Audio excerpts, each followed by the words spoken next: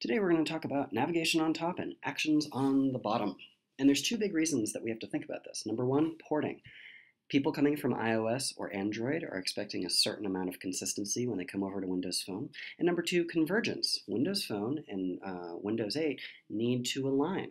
They are going to become one operating system, so we need to make sure we're designing apps that work across all the screens. Now let's look at iOS for a second. They have always had navigation up at the top, especially at the top left. And more, they're starting to put actions on the top right. But again, navigation on the top. Android's a very similar thing. They have navigation on the top. And again, they also put actions on the top right. But what about us? Over here on Windows Phone, what we do is we say, okay, you can have actions on the bottom, but you're not allowed to put navigation down there. And we don't have a bar across the top. So what do people do? They put navigation right and left with a swipe in a panorama or a pivot control, which is not always the best design. Now let's look over at Convergence. If you look at big Windows, they've got navigation on top, actions on the bottom. It's a very principled approach. But if you look over at Windows Phone, we've got no place to put nav.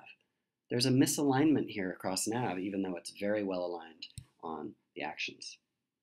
And again, if you look at the big screens, all four of them side by side, iOS, Android, Windows, and Windows Phone, you'll notice there's one exception for putting nav on top, and that's Windows Phone. So this is a problem, but easily fixed. It looks like this. You just make sure you put nav up on the top, and everything works out great. So while you're designing your app, you'll notice I've put 3 lines here, what we call the hamburger. When you're designing your app, if you make every effort to put navigational elements up top, maybe behind a hamburger menu the way Facebook does, and you make sure to put frequently used actions down towards the bottom, then you'll be aligned with every other screen on the marketplace. You'll be set up for porting, you'll be set up for convergence, and you'll be set up with a great design.